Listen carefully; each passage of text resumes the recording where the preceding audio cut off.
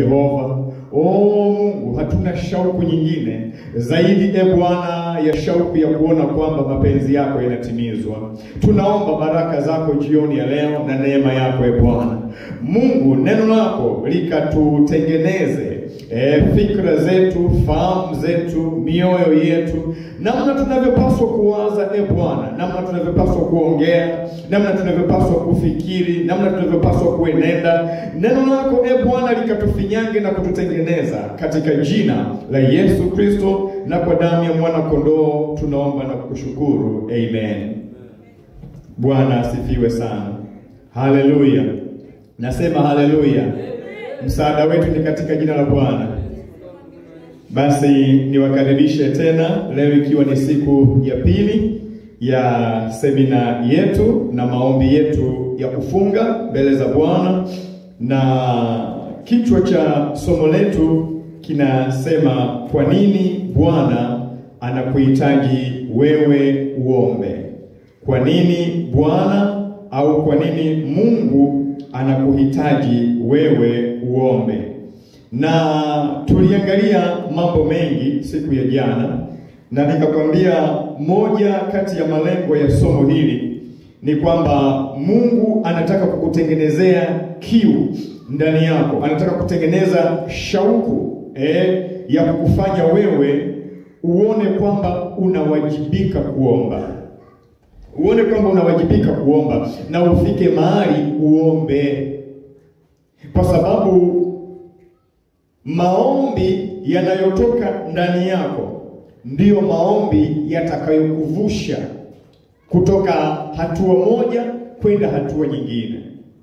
Maombi unayoombewa na mchungaji wako na rafiki zako na watu wengine ni maombi ya kukusaidia tu, Lakini shauku na kiu ya Mungu anataka wewe uombe. Na tulisoma mistari yetu kwenye ile Mathayo sura ile ya 7 mstari wa 7 mpaka wa 11. Anasema ombeni nanyi mtapewa, tafuteni nanyi mtaona, bisheni nanyi mtafunguliwa, kwa maana kila aombaye hupokea, naye atafutaye huona, naye abishaye atafunguliwa. Alafu nasema, au kuna mtu yupi kwenu ambaye mwanawe akimuomba mkate atampa jiwe, au akimuomba samaki atampa nyoka? Basi ikiwa ninyi mlio waovu mnajua kuwapa watoto wenu vipawa vyema, je, si zaidi sana Baba yenu wa mbinguni aliye mbinguni atawapa mema wao wamuombao? Mungu anatupa hakikisho kwamba maisha yetu ni maisha yaliyojaa uhitaji. Unahitaji utakatifu, unahitaji amani, unahitaji furaha, unahitaji nguo, unahitaji chakula, unahitaji afya. Maisha yetu yamejaa mahitaji. Alafu anasema kama sisi tulio waovu sisi tunajua kuwapa watoto wetu vipawa vilivyo vyema. Anasema, nani miongoni mwenu kati ya nyinyi wazazi mtoto wake akimuomba mkate atampa jiwe, au akimuomba samaki atampa nyoka? Anasema kama ninyi mlio waovu, sisi waovu, tunajua kuwapa watoto wetu vipawa vilivyo vyema, je, si zaidi sana Baba yetu aliye mbinguni kwamba atawapa mema wale wamuombao? Manake anatoa hakikisho kwamba mahitaji yetu yote tukipeleka mbele za Bwana, Mungu ni mwaminifu wa kukutana na mahitaji yetu. Swala ni sisi kuomba. Kwa maneno mengine, Mungu anatutaka tuombe. Biblia ile Kiingereza nilikwambia inasema keep on praying, keep on knocking, keep on seeking. Tuwe katika hali ya kuomba, ndicho anachotaka Mungu. Tuwe katika hali ya kutafuta na kugonga. Sasa nilikueleza jana kwamba kuomba, kutafuta ni level na kugonga ni level ya juu kabisa ya kuomba. Sasa sitaki kurudi huko sana. Niendelee tu kwa wale ambao wanatamani kupata hii. Nenda kwenye YouTube, Somo letu la jana liko kule, lisikilize na kusikiliza, na Mungu atakusaidia, atakupatia kile ambacho alikusudia upate. Bwana asifiwe sana. Sasa nikikutia shime tu, nikwambie kwamba Mungu sio kwamba anataka sana wewe uombewe.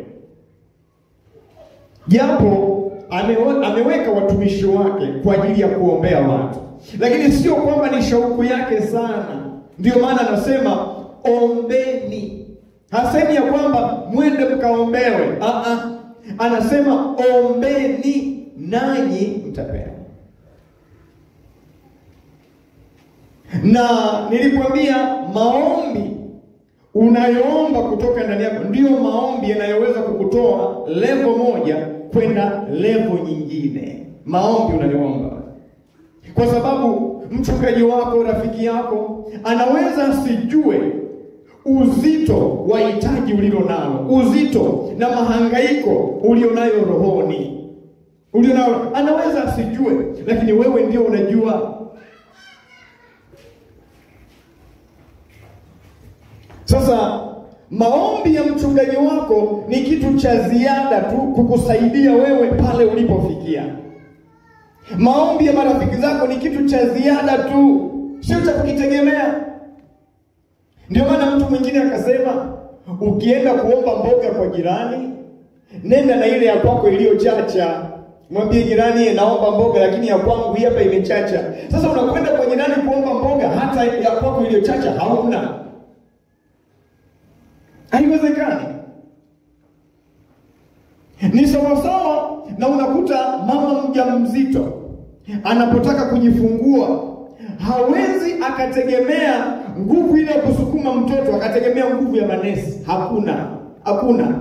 Nesi atakuwa yuko pale pembeni anamuangalia.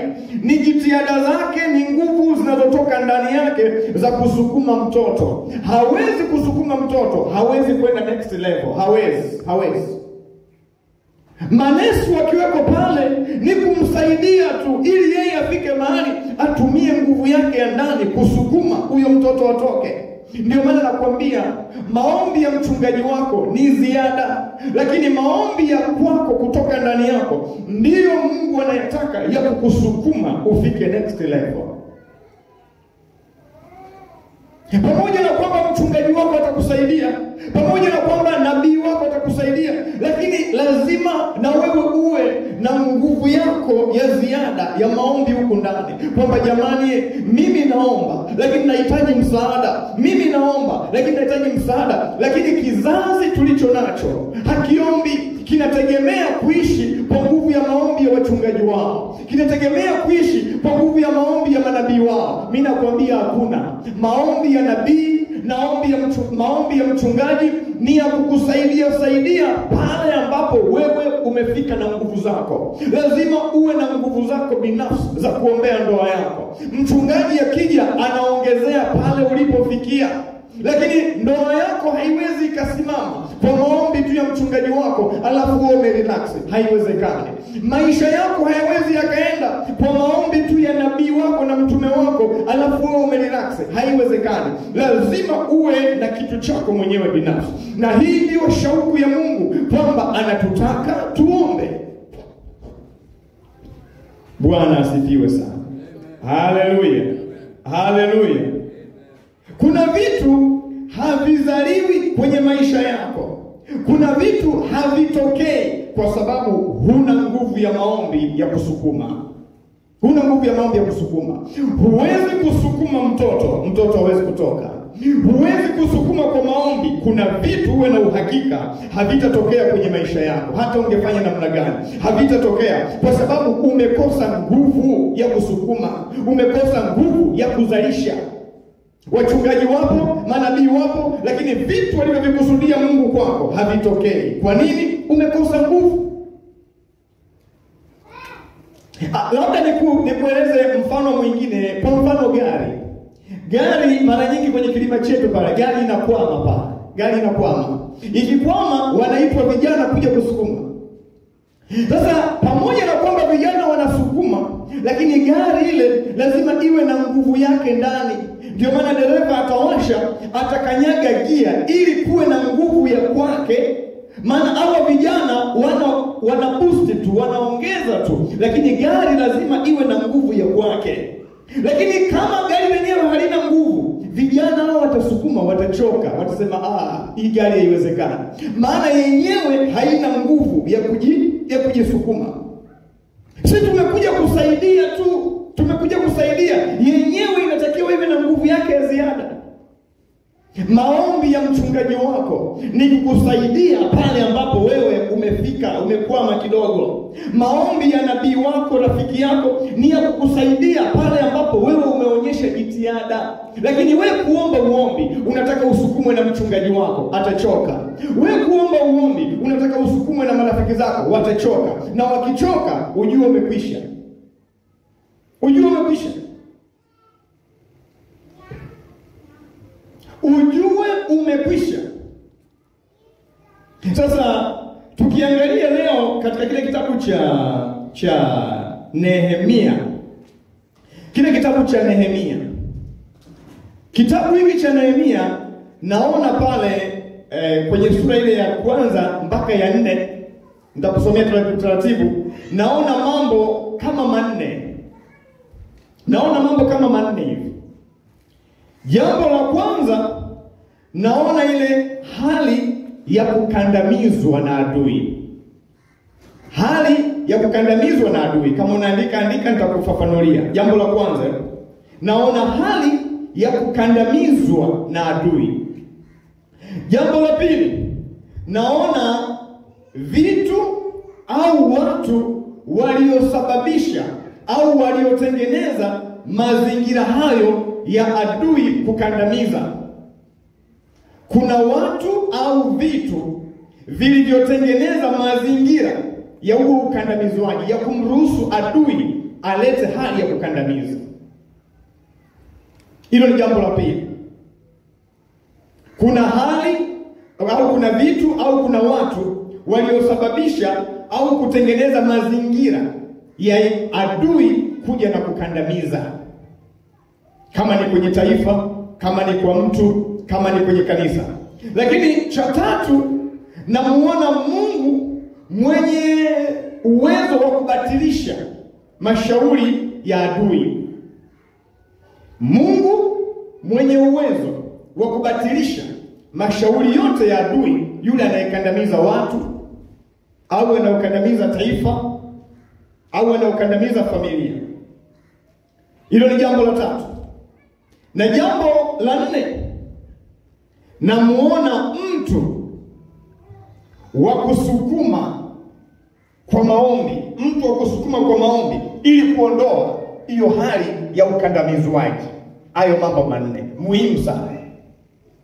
Namuona mtu mwenye mzigo wa maombi anaoshughulika na hiyo hali ya ukandamizwaji. Mambo haya mambo manne yanaweza yakawepo kwenye maisha yako wewe kama wewe mtu binafsi. Mambo haya unaweza kuyakuta kwenye kanisa. Mambo haya unaweza kuyakuta kwenye taifa, kwamba taifa liko kwenye hali ya kukandamizwa. Ndoa yako au familia yako iko kwenye hali ya kukandamizwa. Kuna adui amekaa hapo, hataki uende next level. Amekaa hapo. Kila unapambana kabisa kwenye familia, lakini hataki uende next level. Kwa hiyo utakaa kwenye hiyo hali kwa muda mrefu sana. Kwenye familia, kwenye kanisa, kwenye taifa, uko ofisini.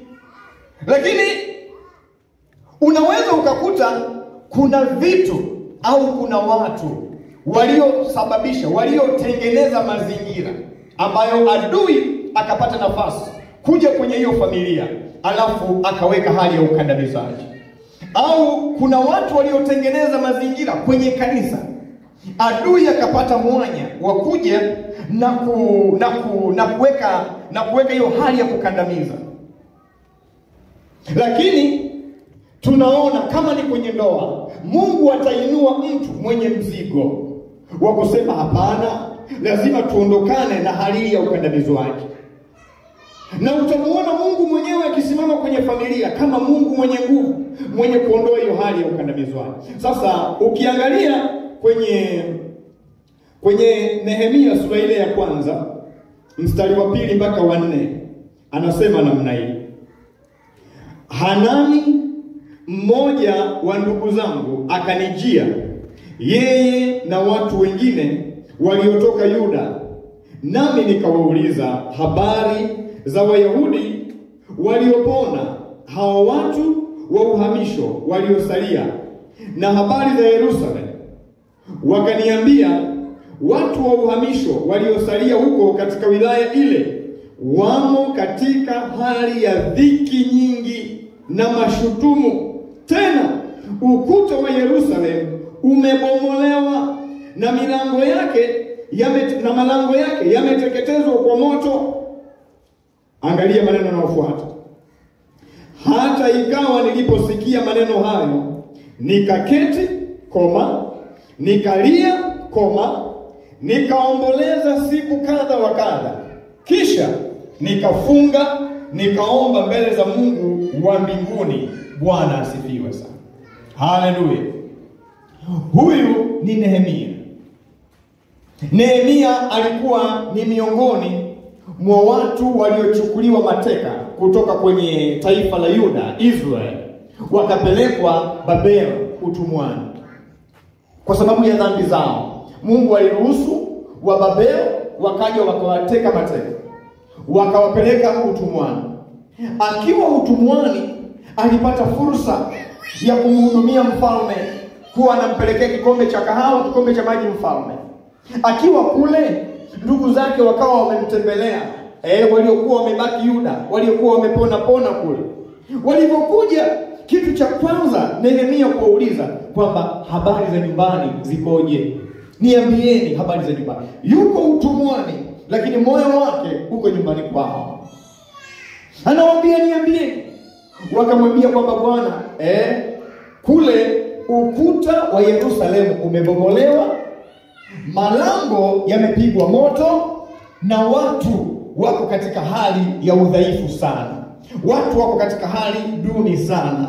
Watu wako katika hali ya kukandamizwa na adui. Unajua, ghafla Nehemia akapata mzigo rohoni, akapata mahangaiko rohoni. Unajua, Biblia inasema akakaa chini. Unajua, ni kama yule mtu ameambiwa, amepata taarifa kwamba baba yako amekufa. Anaona yaani amechoka, anasema nikaketi. Anasikia taarifa za kwao, nikaketi. Alafu anasema nikalia kwa sababu ya uchungu. Anasema nikaomboleza, alafu nikafunga na kuomba kumsihi Bwana. Nikafunga na kuomba kumsihi Bwana.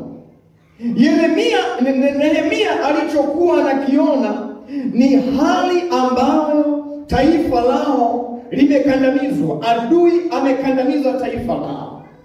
Hakuna matumaini. Taifa haliwezi kusogea, haliwezi kupiga hatua nyingine mbele, haliwezi kwenda next level. Na ili liweze kwenda next level, linamhitaji mtu atakayeweza kuomba na kuondoa hiyo nguvu ya adui inayokandamiza mahali pale. Anatafuta mtu, Mungu anatafuta mtu wa kuondoa hiyo nguvu. Unajua, Nehemia alibeba huo mzigo, aliona huo mzigo. Nataka nikwambie namna hii. Inawezekana ni kanisani kwenu. Kanisa halisogei, unajua. Halisogei. Watu hawabadiliki, unajua. Ni maisha ya dhambi kule kukicha. Ni ulevi, ni uasherati, ni maneno, ni masengenyo, unajua, kanisa halisogei. Mungu anamfunulia mtu namna hii. Na Mungu anaongea na mtu namna hii.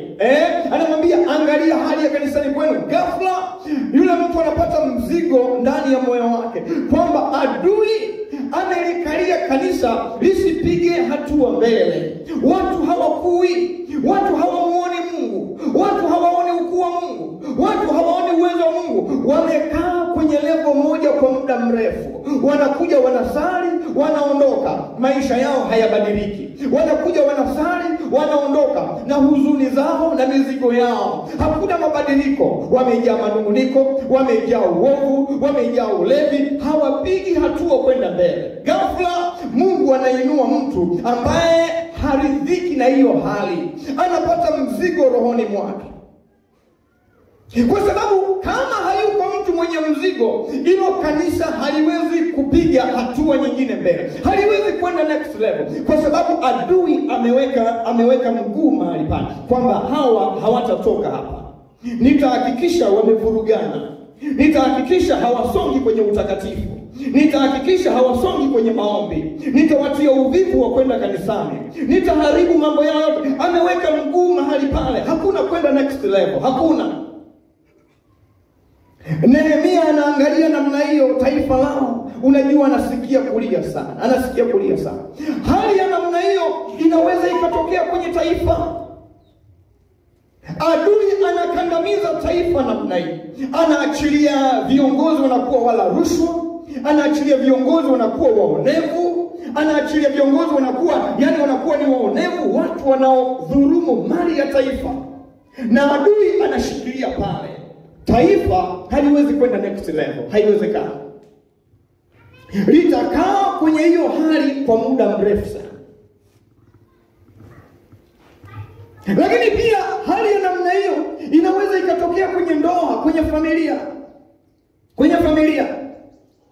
Kwamba familia haisongi, haiendi next level. Maisha yanakuwa yale tu, miaka nenda miaka rudi. Hatupigi hatua hata kidogo, unajua. Hakuna mabadiliko hata kidogo. Kila siku ni magomvi baba na mama. Kila siku unajua ni hali tu ya sintofahamu pale ndani. Ni umasikini uliokithiri. Hali ya uchumi ni ngumu namna hiyo. Unajua hakuna kusogea. Adui amekandamiza namna hiyo. Hawakui kiroho, Mungu hapati heshima kwenye hiyo familia.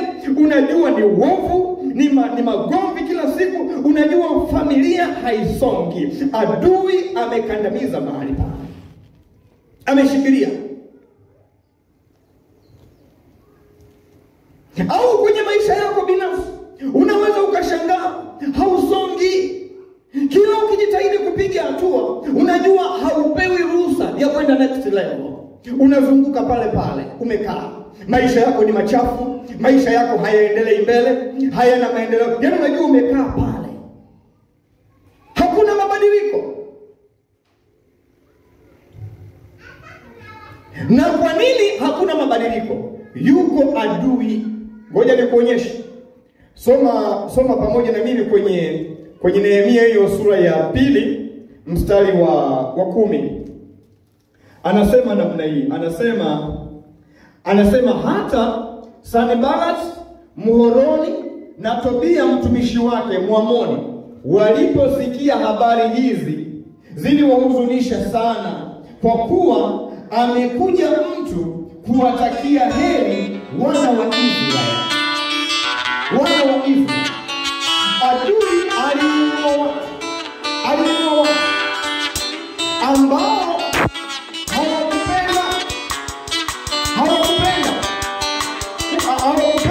hawakupenda ile hali ya Nehemia kuja kuitakia mema Yerusalemu. Kwa hiyo wakawa wanapambana naye kwamba sisi hili taifa tumeshalidhibiti, hakuna kwenda next level, tumeshalidhibiti. Kwa hiyo wakachukia sana na wakaanzisha vita na Nehemia.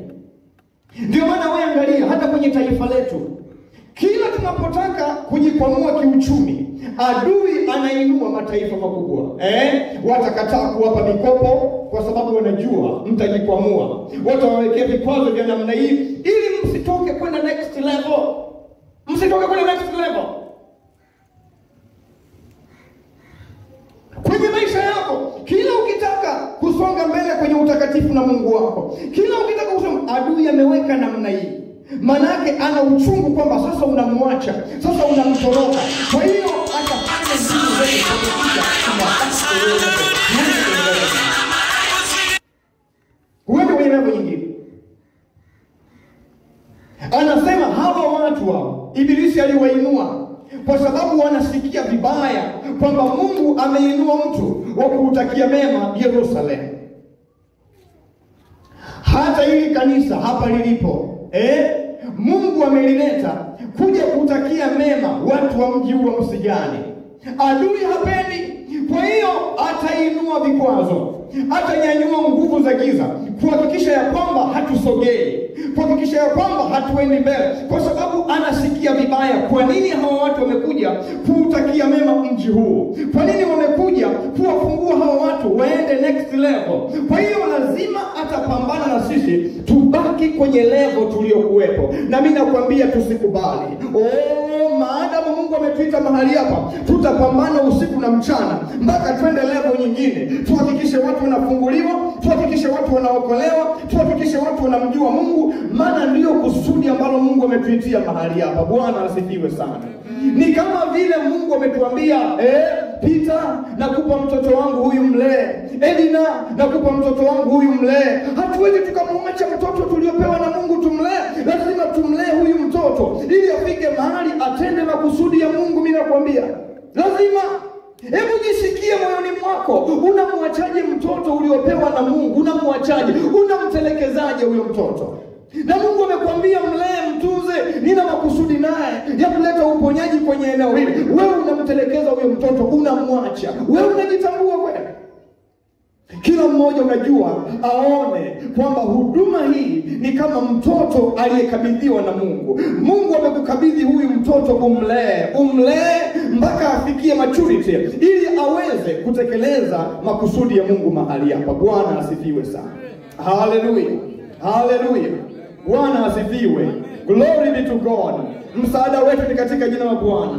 Tazama sura ile ya 4 mstari ule wa 9. Sura ya 4 mstari ule wa 9. Anasema, basi sisi tulimuomba dua Mungu wetu, tena tukaweka walinzi mchana na usiku kwa sababu yao, ili kuwapinga watu ambao wanakuja kuleta uharibifu, kwamba taifa la Israeli lisiende next level. Nehemia na wenzake walijua kwamba yuko Mungu anayeweza kutambua mashauri ya giza, wakaenda kumuomba Mungu. Lakini ukiangalia mstari wa 14 mpaka wa 17, mstari wa 14 mpaka wa 17 anasema hivi. Kwanza kabla ya hapo nikuonyeshe hii sura ya kwanza mstari wa 9. Kwanza ule mstari wa sura ya kwanza mstari wa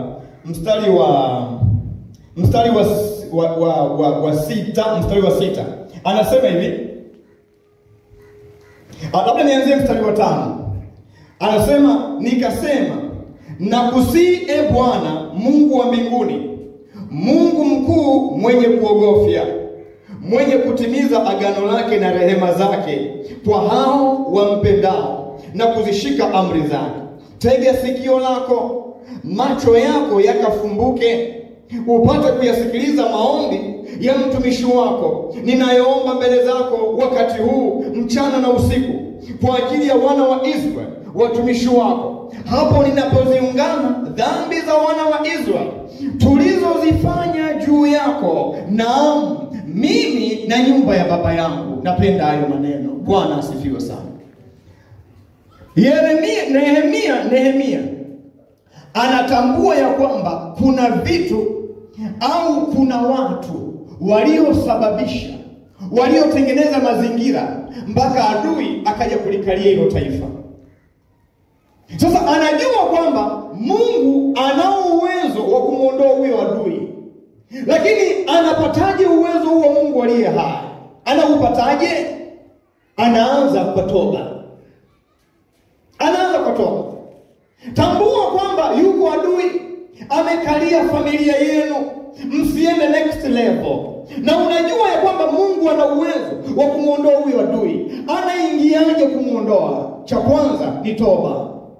Unajua kwamba Mungu ana uwezo wa kumuondoa adui aliyokalia kwenye kanisa lenu. Lakini hizo nguvu za Mungu zitakujaje? Maana kuna watu waliotengeneza wametengeneza mazingira mpaka wakamruhusu adui akakaa kwenye kanisa lenu kiasi kwamba hamwendi next level. Lakini Mungu ana uwezo wa kumshughulikia huyo adui. Anamshughulikia vipi? Kitu cha kwanza ni toba. Ndio Nehemia anatubu kwa ajili yake, anatubu kwa ajili ya wana wa Israeli, na anatubu kwa ajili ya baba zake. Unajua, anamwambia mimi na watu wa nyumba ya Israeli na baba zangu ni tunatubu Bwana dhambi zetu. Maana yake anasema hivi, Bwana, dhambi zetu na maovu yetu ndiyo yamemruhusu adui kukaa juu ya taifa letu kiasi kwamba hatuwezi kwenda next level. Hiyo dhambi inawezekana niliifanya mimi, waliifanya wenzangu, au waliifanya baba zangu. Kwa hiyo tunaomba Bwana. Maana yake anasema hivi, Mungu, pasipo toba huwezi kuja na kushughulikia hili tatizo.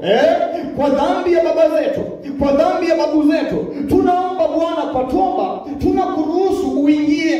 Tunakupa ruhusa Mungu uingie. Maana bila toba Mungu hawezi kuja kwenye kanisa lenu. Bila toba Mungu hawezi kuja kwenye maisha yako. Bila toba Mungu hawezi kuja kwenye hiyo familia.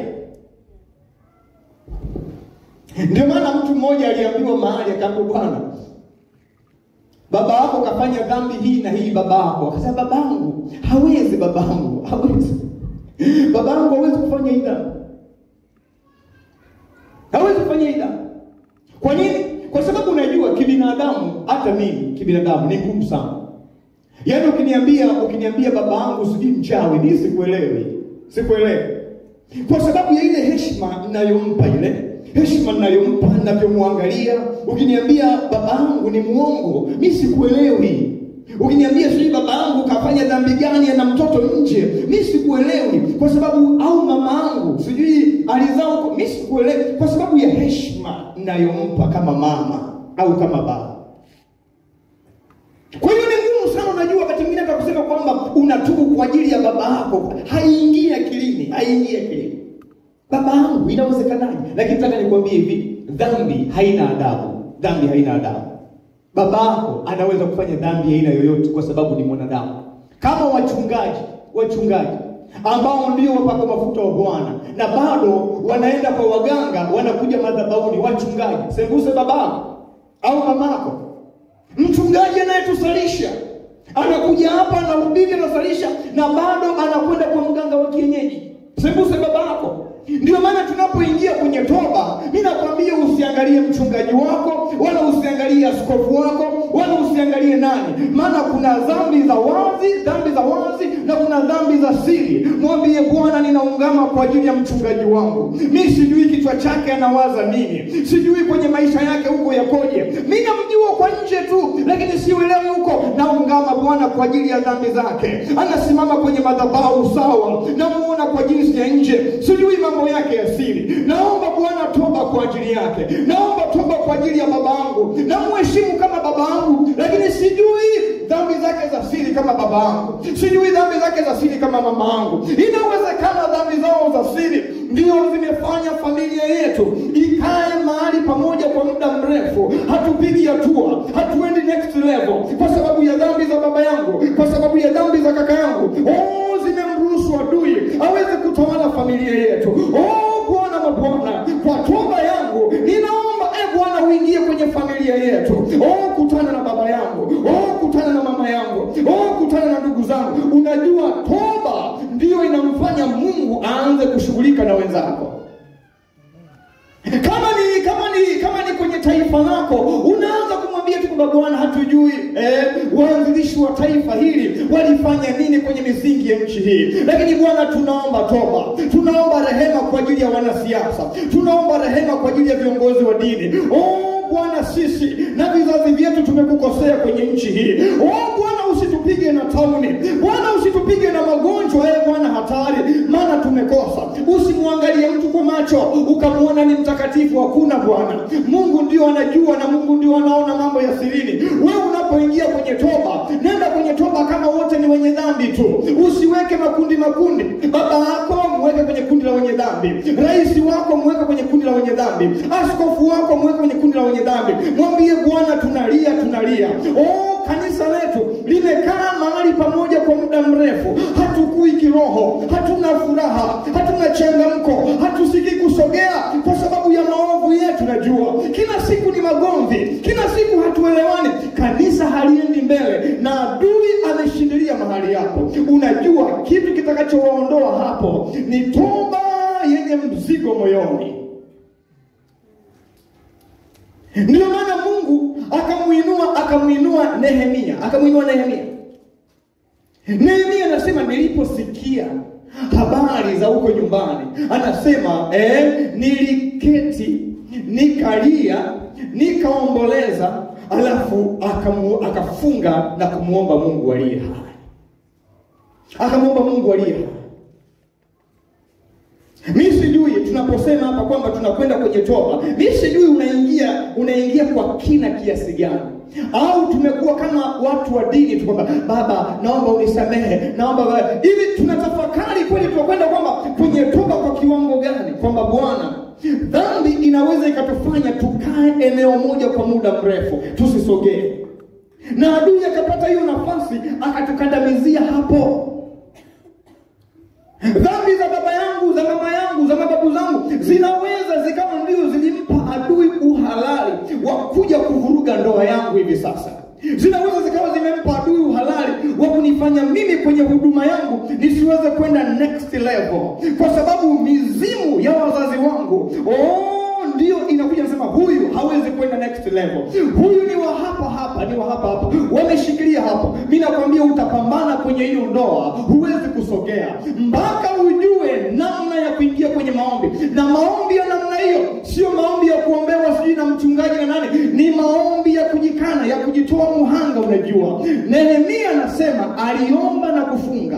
Huwezi ukaenda next level kama hujaingia kwenye kuomba na kufunga. Utateseka sana kwenye hiyo ndoa, utateseka sana kwenye hayo maisha, lakini hakuna atakayekutoa kwenda next level mpaka utakapofahamu siri hii, utakapopokea mzigo kutoka rohoni na kumwambia Bwana, nimetambua kwamba ninalia kwa ajili ya wazazi wangu. Chochote walichokifanya kinachoathiri ndoa yangu, Bwana kumbuka rehema. Chochote walichokifanya kinachoathiri utumishi wangu, kumbuka rehema. Maana sina ushirika na mizimu, sina ushirika na majini, sina ushirika na miungu ya aina yoyote. Ndio maana Mungu alimwambia Gideon, wakati anamuita Gideon, kitu cha kwanza alimwambia nenda kavunje madhabahu za baba yako, miungu ya baba yako, nenda kavunje. Kwa nini? Gideon alikuwa akimtazama baba yake, anamuona ni sawa tu, lakini Mungu alijua kwamba shida ya miungu ya baba yake Gideon inaweza ikamletea shida asiende next level katika mahusiano yake na Mungu. Miungu ya baba yake kuna vitu inadai. Kwa hiyo Gideon alikaa mahali pamoja kwa muda mrefu. Anasema jamaa yangu masikini yuko kule ameshikwa na hofu na uoga, hakuweza kutoka kwenda next level mpaka Mungu alipomtokea anamwambia, kwanza shughulikia madhabahu za miungu ya baba yako. Jioni ya leo Mungu akupe ule wivu wa Bwana ndani yako. Umwambie Bwana, mimi sijui kwenye eneo hili walikuwa miungu ya aina gani ambayo wanapambana na sisi kwenye huduma yetu kwamba tusiende next level. Bwana, tunatubu kwa ajili ya watu waliopo na watu ambao Bwana amekwisha kulala. Tunaomba rehema zako Bwana. Tunavunja madhabahu za miungu ya mahali hapa. Tunavunja madhabahu za miungu ya Bwana inayodai eneo hili. Tunahitaji kwenda next level kihuduma. Tunahitaji kuona watu wakifunguliwa, watu wakiponywa, ndoa zao zikishamiri, biashara zao zikienda vizuri. Tunaharibu na kuvunja, ni next level. Maombi ya namna hiyo lazima yaanzie rohoni. Glory be to God. Hayo sio maombi ya kuombewa na mtu mwingine, ni maombi yanayotoka rohoni. Jioni ya leo Mungu akupe kiu, mtu wa Mungu. Mungu akupe kiu kutoka ndani. Kama Nehemia anakwenda analia, anamwambia Bwana, mimi na ndugu zangu na baba zangu utusamehe Bwana. Maana anaita uwezo wa Mungu aliye hai dhidi ya nguvu inayowakandamiza kwamba wasipige hatua.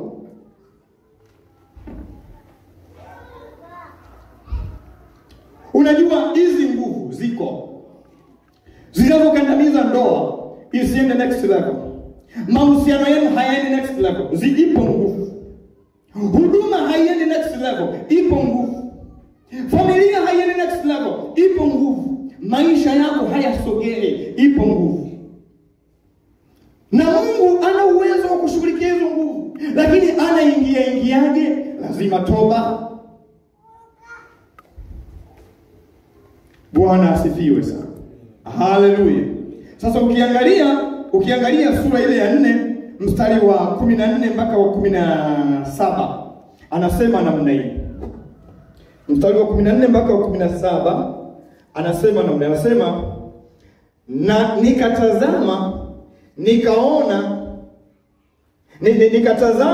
nikaondoka nikawaambia wakuu na mashehe na watu wengine waliobaki, msiwaogope, mkumbukeni Bwana aliye mkuu mwenye kuogofya, mkawapiganie ndugu zenu na wana wenu na binti zenu na wake zenu na nyumba zenu.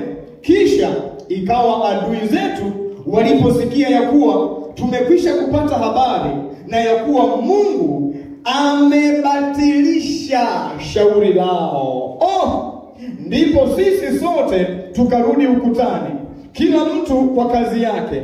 Ikawa tokea wakati huo, nusu ya watumishi wangu walitumika katika kazi hiyo, na nusu yao wakaishika mikuki na ngao na pinde na dirii, na maakida walikuwa nyuma ya nyumba yote ya Yuda. Angalia mstari wa 17. Watu wale walioujenga ukuta na wale waliochukua mizigo walijitweka wenyewe. Kila mtu alifanya kazi kwa mkono mmoja, na mkono wake wa pili alishika silaha yake. Glory be to God. Bwana asifiwe. Napenda haya mambo. Unajua, Nehemia alipoona tayari kwamba kuna adui ambaye amenyang'ana kwamba taifa lisiende next level, unajua, akawaambia ndugu zake, akawaambia msiogope, kwa sababu mkumbukeni Mungu mwenye kuogofya. Yeye ni Mungu mwenye nguvu dhidi ya adui zetu. Anasema simameni imara, mkawapiganie wana wenu, mkawapiganie vijana wenu, mkawapiganie wake zenu, mkawapiganie ndugu zenu, ili watoke waweze kwenda next level. Alafu anasema sasa akawapanga. Kwa hiyo upande mmoja wakawa wanafanya nini? Wameshika silaha, wanapiga adui. Upande mwingine wanajenga ukuta. Glory be to God. Na hivi ndio nakwambia, ndio maisha yetu siku zote. Uko kwenye ndoa yako, upande mmoja lazima uko na maombi, unapiga adui. Upande mwingine unajenga ndoa yako, Uko kanisani, upande mwingine unapiga adui, upande mwingine unajenga kwaya yako. Upande mmoja unapiga adui, upande mwingine unajenga praise. Upande mmoja unapiga adui, upande mwingine unajenga watumishi wako. Ndiyo maisha yetu mpaka tunatoka hapa. Lakini haiwezekani kusema unajenga unamwacha adui. Hapana, unapiga mwingine unajenga, Ndio maana nataka kuambia, maombi ni mfumo wa maisha yetu mpaka tunaondoka hapa duniani. Umeacha maombi, ujue hauna breakthrough. Hatuwezi kusogea. Choka mambo mengine yoyote, lakini sio maombi. Huwezi kusogea kwenye maisha yako hayawezi kwenda next level. Haiwezekani. Ndio maana Yesu mwenyewe ilikuwa kila alfajiri lazima aamke, kwa sababu alikuwa anajua hawezi kusogea next level isipokuwa ameomba. Maombi ndio yanakupeleka hatua nyingine mbele. Nje ya maombi utabaki huko pale. Na ndicho adui anachofanya. Anawaondolea watu hali ya kuomba, kwa sababu anataka wakae kwenye eneo moja kwa muda mrefu. Mimi nakwambia, kataa hiyo hali. Mungu akuingizie upako wa maombi. Mungu akuingizie mzigo wa maombi kwa ajili ya maisha yako, kwa ajili ya huduma, kwa ajili ya taifa lako, ili tuweze kwenda next level. Nje ya maombi hatuwezi kutoboa. Ndio maana utalia kwenye hiyo ndoa, utalia, mwisho wa siku ndoa inavunjika. Huwezi kwenda next level. Ni pale ulipo na mpaka itakufia hapo. Lakini nakwambia hivi, yuko Mungu mwenye kuogofya, mwenye mamlaka yote. Huyo tukishirikiana naye, ile hali ya kukandamizwa na adui itaondoka unajua utavunja hiyo hali. Utashangaa ndoa yako inatoka kwenye level nyingine inakwenda next level. Ikitoka pale inakwenda next level. Ikitoka pale inakwenda next level kwa sababu ya maombi yako. Sio maombi ya kuombewa. Ni maombi yanayotoka kutoka ndani. Unamwambia Mungu, ndoa yangu, Bwana kumbuka rehema. Kumbuka rehema. Maana yake kumbuka hivi, unapomuoa msichana yoyote au unapoolewa na mvulana yoyote, kumbuka wewe msichana unarithi vita ya mume wako. Unapooa msichana yoyote, wewe mvulana unarithi vita ya mke wako. Huko alikotoka, miungu ya baba zao, ndugu zake na kila kitu, wataanza kupambana na wewe. Kwa hiyo lazima ujipange. Unajua, usifurahi tu kwamba umeingia kwenye ndoa. Una vita mara mbili, ya nyumbani kwenu na ya kule ulikooa, ya nyumbani kwenu na ya kule ulikoolewa. Lazima ujipange. Hiyo vita huwezi ukashinda kwa maombi tu ya mchungaji wako. Hapana, hiyo vita utashinda kwa maombi yako mwenyewe, kumwambia Baba, umenipa mwanaume huyu, sielewi alikotoka, ana vita kiasi gani, sielewi ndugu zake walikuwa wanaabudu miungu ya aina gani. Bwana kumbuka rehema. Ninaomba Bwana ukanipatanishe mimi na yeye. Mungu wangu na Bwana wangu, ninasimama kupinga kila aina ya miungu. Mimi nakwambia utashangaa. Vinginevyo huwezi kwenda next level. Amina. Huwezi kwenda next level. Na ninawaambia watoto wangu, ili tutoke hapa tulipo kanisa letu kwenda next level, lazima Mungu aachilie mzigo wa maombi ndani ya kila mmoja. Unaamka saa 8 usiku, sio kwa sababu umeshurutishwa na mtu, kwa sababu umeelewa kwamba tuna Mungu, tunataka twende next level. Na kama huduma